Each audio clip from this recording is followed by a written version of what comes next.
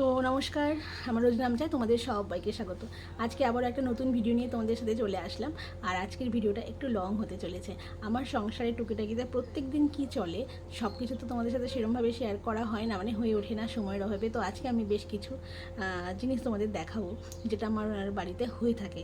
আর এক এক দিন এক এক রকম হয়, কোনো দিন যে একই রকম চলে সেরকম কোনো কিছু নয়। তো চলো গল্প করতে করতে তোমাদেরকে দেখানো যাক কী কী হয় আমার বাড়িতে। আজকের ভিডিওটা আমি সকাল থেকেই শুরু করেছিলাম। মেয়েকে খাইয়ে দাইয়ে আমরাও চা খেয়ে নিয়েছি। তারপরে আমি রান্নাঘরে যাব। এমন সময় আমি দেখছি যে ঘরের মধ্যে চুপচাপ মেয়ে রয়েছে। কি ব্যাপার বুঝতে পারছিলাম না, ভাবছিলাম নিশ্চয়ই তাহলে মনে হয় ফোন দিয়েছে ওর ঠাকুমা। হ্যাঁ, তাই দিয়েছে ঠিকই, কিন্তু দেখো ও যখন ঘরে ঢুকেছে তার আগে কিন্তু আমি আমার ওর খেলনাপত্র সমস্ত কিন্তু গুছিয়ে রেখেছিলাম। আবার দেখো ওর একটাই কাজ, সেই জিনিসগুলো এক জায়গা থেকে নানান জায়গায় রাখা। আর সেভাবেই ও চলতে থাকবে, ওর যখন মন মর্জি হবে সেরকমভাবেই চলবে। দেখো এবার পেয়ে গেছে ফুটবল, এবার মনে পড়েছে একটু ফুটবল নিয়ে খেলা যাক। এদিকে কিন্তু মোবাইল চলছে, মানে মোবাইলটা ওর একদম যখন শেষ অস্ত্র আমাদের আর কি। যখন আর পেরে উঠি না, একদম শেষ মানে ধৈর্যের বাঁধ ভেঙে যায়, তখনই এই জিনিসটা দেওয়া হয় আর কিন্তু কিছু করার থাকে না। আর দেখো এবার ওই বলের ওপর দিয়ে উপরে উঠলে পড়ে যাবে না বলো? এর আগেও দুদিন কিন্তু ব্যথা পেয়েছিল, কিন্তু কোনো ব্যথা পেলে কী হবে, ও ওর কাজ করেই চলেছে, এরকমই করে। এবার দেখো দেখতে পেয়েছে নাচ হচ্ছে, ও ঠাকুমা একটু বলেছে একটু নেচে নাও দিদিভাই, ব্যাস ও নাচতে শুরু করে দিয়েছে। তো এই হচ্ছে আমার বাড়ির কার্যকলাপ, চলতে থাকে এক এক দিন এক এক রকম করে। তো যাই হোক, আমি চলে আসলাম, ওই সমস্ত দেখলে তো আর হবে না, আমাকে রান্নাবান্না করতে হবে। তার সাথে সাথে তো এক্সট্রা অনেক কাজও থাকে। তারপরে এখনও আমার মানে বেশ কিছু টিফিনের বাসনপত্র রয়েছে, চায়ের বাসনপত্র রয়েছে, ওগুলোও ধুতে হবে। তো সেগুলো পরে করব আস্তে আস্তে। রান্নাটা মেন কাজ, রান্নাটার মানে জোগাড় করাটা মেন কাজ। মানে রান্না করতে বেশি সময় ঠিকই লাগে না, কিন্তু গুছিয়ে নিয়ে বসতে যতটা সময় লাগে। তো যা যা লাগবে আমার বসিয়ে দিলাম, আর এদিকে ভাতটাও বসিয়ে দিলাম। ভাতটা কিন্তু আমি গ্যাসে করি না, আমি ইন্ডাকশানেই করি। তো আমার একদিকে সুবিধা হয়, কারণ আবার একদিকে যদি ভাতটা বসিয়ে দিই তাহলে আমার একদিকে দুটো গ্যাসই খালি থাকে, আর আমার রান্নাটা দুদিকে বসিয়ে দিলে তাড়াতাড়ি হয়ে যায়। আর ডালটা ভাতটা বসিয়ে কিন্তু অনেক কাজে এগিয়ে যায়।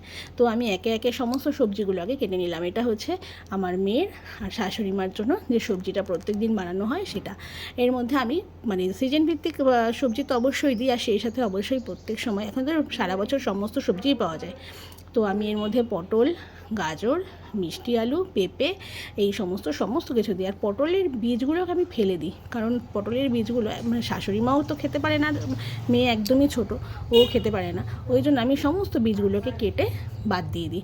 আর এদিকে দেখো একে একে আমি সমস্ত সবজিগুলোকে কেটে নিলাম। কেটে ধুয়ে নিলে কি হয়, মানে রান্না করতে খুব মানে জোগাড়, মানে তাড়াতাড়ি হয়ে যায়। তো মিষ্টি আলুগুলো আমি কেটে নিয়ে নিলাম, আর এদিকে আমার সবজি কাটা হয়ে গেল। আর আমি ওইদিকে বসিয়ে এসেছিলাম মানে মাছ ভাজতে দিয়েছিলাম, আর একদিকে ডাল সেদ্ধ বসিয়েছিলাম। এদিকে সময়ের সাথে দৌড়াতে দৌড়াতে টাইম হয়ে যায়, মেয়ের ফলের রস খাওয়ার সময় হয়ে যায়, তো লেবুর জুসটা করে নিতে হবে। তো আগে আমি যেটা করতাম সেটা হচ্ছে, বাড়িতে একটা ছিল মানে জুস তৈরি করার মতন ছিল, কিন্তু সেটা দিয়ে আমি দেখলাম আমি ভালো মানে পারি না, মানে আমার দ্বারাই হয় না, আমার যেন তার থেকে মনে হয় হাত দিয়ে করলেই বেশ ভালো হয়। তো ওই জন্য আমি সবসময় কী করি, হাত দিয়ে মানে রসটাকে ভালো করে বার করে নিয়ে তারপর ছাঁকনি দিয়ে 2-3 বার করে ছেঁকে দিই।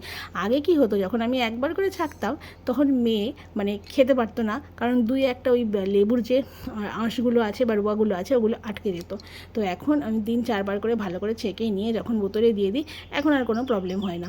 আর এই সময়টাতে মানে মেয়ে ভীষণভাবে উৎপাত করে, মানে ও বুঝে যায় মনে হয় যে জুস খাওয়ার সময় হয়ে গেছে। বাচ্চাদের মনে হয় এটাই নিয়ম, রেগুলার যেরকম কাজটা করানো হবে ওদের যেন ওরা মনে করে যে রুটিনের মধ্যে পড়ে গেছে, এরকম একটা ব্যাপার হয়ে যায়। যাই হোক, মেয়েকে দিয়ে আসলাম, এবার মোটামুটি মেয়ের রান্নাও হয়ে গেছে, এবার বাকি রয়েছে আমাদের। তো আমি বেশি কিছু আজকে করব না, শুধুমাত্র ডাল হবে আর মাছের ঝোল হবে। আর এদিকে মেয়েরা শাশুড়ি মায়ের যে তরকারিটা হয় সেটাই হবে। আর শেষ পাতে তো টক দই থাকে, ওই জন্য আর চিন্তা থাকে না, আচার করা থাকে বা কোনো দিন চাটনি করা থাকে, ওই জন্য খাওয়াটা শেষ পাতটা নিয়ে অসুবিধা হয় না। আর সবথেকে বড় কথা, গরমকালে বেশি কিছু তো খেতে ভালো লাগে না, ওই জন্য যত তাড়াতাড়ি সম্ভব রান্নাঘর থেকে বেরিয়ে আসলেই ভালো হয়। তো আমি আজকে যে মাছটা করবো, আমি পেঁয়াজ রসুন মাছে কিন্তু ম্যাক্সিমাম দিই না, কিন্তু আজকের মাছের ঝোলটাই আমি একটু দেবো। তাড়াতাড়ি করে রান্নাবান্নাটা সেরে নেওয়া যাক। তো রান্নাবান্না তো কমপ্লিট হয়েই গেছে। এখন দুপুরবেলা আমার মেনু কী আছে তোমাদের সাথে তো রান্না করতে করতে অনেক গল্প করে ফেলেছিলাম। তো চলো আজকে আমার দুপুরের মেনুতে তোমাদের সাথে কী আছে একটু শেয়ার করে নিই। প্রথমেই দেখো গরম গরম ভাত, এত গরম মানে কি বলবো, গরমকালে মানে এটাই প্রবলেম, সারাক্ষণ যতই আগে করো না কেন গরমই থেকে যায়। আর এদিকে দেখো এই যে মুসুরির ডাল করেছি, এটা দেওর আর মেয়ের জন্যই মেনলি, কিন্তু আমরাও অল্প অল্প একটু খাবো। আর এই যে একদম দেখো পাতলা করে বিভিন্ন রকম সবজি দিয়ে, যেটা রোজকারই হয়ে থাকে আমার মেয়ের আর শাশুড়ি মায়ের জন্য এই তরকারিটা। আর আরেক মাছের ঝোল আর কি। আর এটা দেখো এটা করেছি এটাও আমাদের মাছের ঝোল, তবে এটা একটু রিচ হয়েছে কারণ আজকে আমি একটু পেঁয়াজ রসুন দিয়েই করেছি, কারণ আমি ম্যাক্সিমাম কোনো সময় রোজকার মাছের ঝোলে পেঁয়াজ রসুন দিই না। আজকে যেহেতু 2 পিস ভেটকি মাছ ছিল আর 2 পিস কাতলা মাছ একসাথে করেছি, তাই জন্য একটু পেঁয়াজ রসুন দিয়েছি আর একটু ধনেপাতা দিয়েছি, যাতে টেস্টটা মানে ভালো হয়। তো এই ছিল আমার আজকে দুপুরের মেনু। আর শেষ পাতে তো টক দই রয়েছেই। টাটা।